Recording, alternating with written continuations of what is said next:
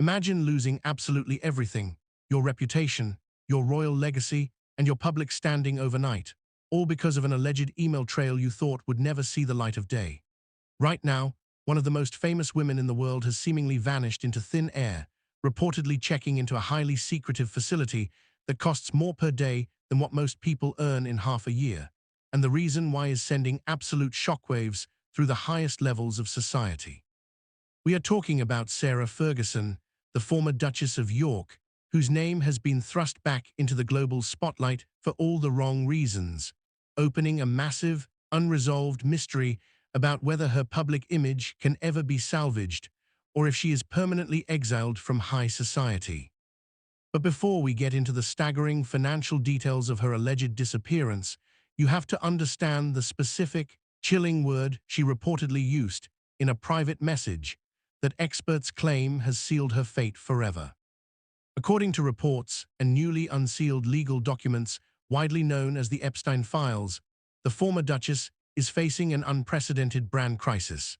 And while these files do not officially indicate any direct legal wrongdoing on her part, the alleged communications between Sarah and the infamous, disgraced late financier showcase a level of friendship that the public is finding completely unforgivable.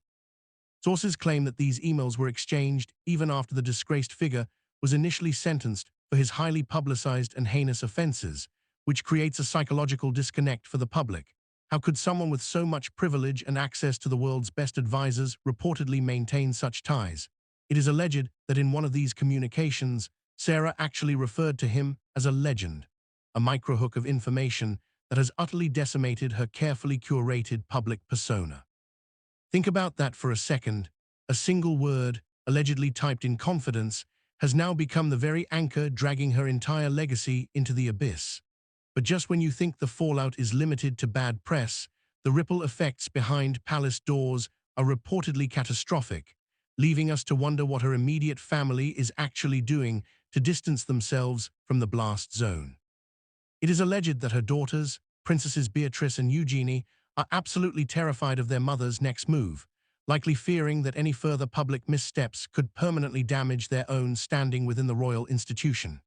You see, in the world of elite public relations, a scandal of this magnitude doesn't just stain the individual, it allegedly bleeds onto everyone associated with them, creating a desperate scramble for survival. And survival, according to recent reports, is exactly what Sarah is attempting right now, but her method of laying low involves a price tag that will make your jaw drop.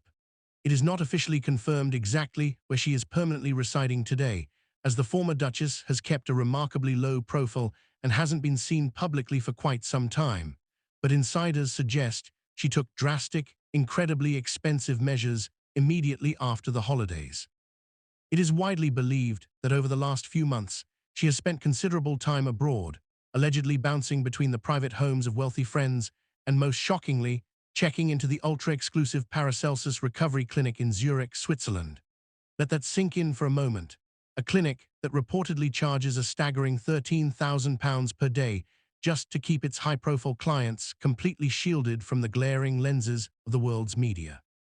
Now, why would someone need a multi-million-dollar Swiss retreat just to avoid the tabloids? And what exactly happens inside a facility that costs that much?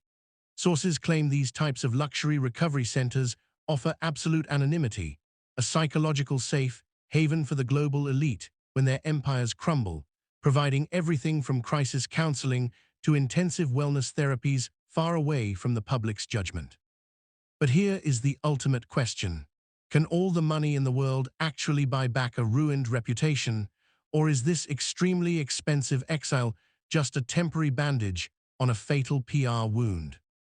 Speaking exclusively to media outlets, renowned brand and culture expert Nick Ed delivered a brutal assessment that completely changes how we view her current situation, stating unequivocally that her brand is essentially ruined and that she doesn't really have any chance to redeem herself in the public eye. According to Ed, her name has been so heavily tarnished by these alleged associations that there is practically no coming back from this, marking a fascinating psychological shift in how modern society handles highly controversial figures. In the past, Royal-adjacent controversies might have been smoothed over with a carefully orchestrated charity tour or a deeply emotional television interview. But the nature of these specific allegations and the dark shadow of the disgraced financier's illicit network make traditional redemption arcs nearly impossible. However, the PR playbook is never completely empty, and there is one highly lucrative, yet incredibly risky backdoor option that insiders allege she might eventually take. Ed suggests that she may eventually be approached by a massive streaming platform to reveal her exclusive, unfiltered true story, and in doing so, she could be paid an astronomical sum of money.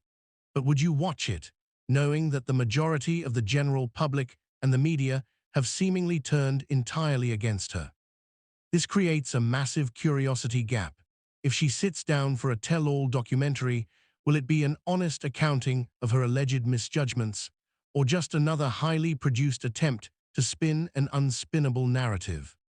In my own personal opinion, while I genuinely believe that every human being is capable of growth and learning from their past mistakes, trying to PR spin your way out of calling such a notoriously disgraced individual a legend is a mountain too steep for even the best crisis managers. Honestly, if I ever faced a public relations nightmare of this magnitude, I would probably just hide in my living room with a giant tub of ice cream rather than dropping £13,000 a day in the Swiss Alps. But hey, the ultra-wealthy clearly handle stress a little differently than the rest of us. It's a touch of dark sarcasm, sure, but it highlights the sheer absurdity of how high society scandals are managed compared to our everyday lives. And the mystery deepens even further when you look at her alleged plans for returning to the United Kingdom, because according to reports, her living arrangements are about to undergo a massive, highly strategic shift. It is believed that upon her eventual return, she will not be heading back to Norfolk to live with her ex-husband, Andrew Mountbatten Windsor, which is a massive break from their highly unusual, yet long-standing, cohabitation arrangement. For years, their shared living situation has baffled royal commentators, but sources claim that this new, intense wave of public scrutiny has forced a permanent change in their dynamic. Instead, it has been widely reported that Sarah desperately wants to stay in the Windsor area and has allegedly been actively house hunting for a new, private residence to call her own.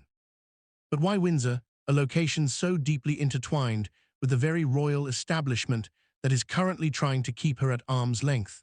Some analysts argue that staying in Windsor is a psychological play, a subtle way to maintain a physical proximity to the crown and her daughters, projecting an image of quiet stability even while her global brand is allegedly in flames.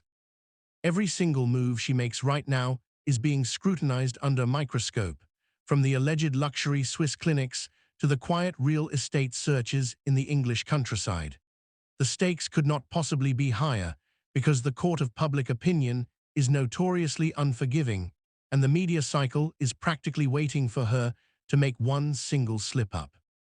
We are witnessing the real-time, fascinating collapse of a legacy that took decades to build, undone by alleged digital footprints that prove the old saying, "The internet is forever, and your private associations will eventually become your public downfall." Will she actually sign a multi-million-dollar deal to tell her side of the story, risking further alienation just to secure her financial future? Or will she permanently fade into the background, living quietly in a heavily guarded Windsor estate while the world moves on without her? The psychology behind cancel culture and high-profile exiles suggests that the public has a very short memory for minor infractions, but an incredibly long, unforgiving memory for anything tied to deep, systemic controversies involving vulnerable people. The fact that the official legal documents do not charge her with any crimes is almost irrelevant to her brand at this point, because in the court of public opinion, the mere proximity to such an infamous scandal is an undeniable guilty verdict for her reputation. As we continue to monitor this unprecedented disappearance and the subsequent high-priced exile, one thing remains absolutely certain. The days of the former Duchess effortlessly charming the press and the public are officially over, replaced by a tense, incredibly expensive game of hide-and-seek with a world that no longer wants to hear her side of the story. This entire saga serves as a massive, glaring warning to anyone in the public eye about the extreme dangers of private loyalties, showing that no amount of royal adjacency, extreme wealth, or expensive Swiss therapies can shield you from the consequences of your own alleged words. According to brand experts, when you lose the trust of the general public on an issue this sensitive, the damage is structural, permanent, and completely irreversible, meaning that every future headline, every future sighting, and every future business endeavor will forever be shadowed by the haunting legacy of the Epstein files. It is alleged that behind closed doors, the atmosphere is incredibly tense, with advisors likely scrambling to find any possible path forward that doesn't result in total public humiliation. But as the days turn into weeks, and the weeks into months of silence, the void is being filled with rampant speculation and undeniable facts about her plummeting public stock. Will we ever see a full, unapologetic public address, or is this quiet, £13,000-a-day retreat the new normal for a woman who once captivated millions? The reality is that the public loves a good redemption story, but they are also incredibly savvy at detecting insincerity. And right now, the silence coming from her camp is deafening, leaving the entire world to wonder if this is truly the final, unceremonious end of her public life.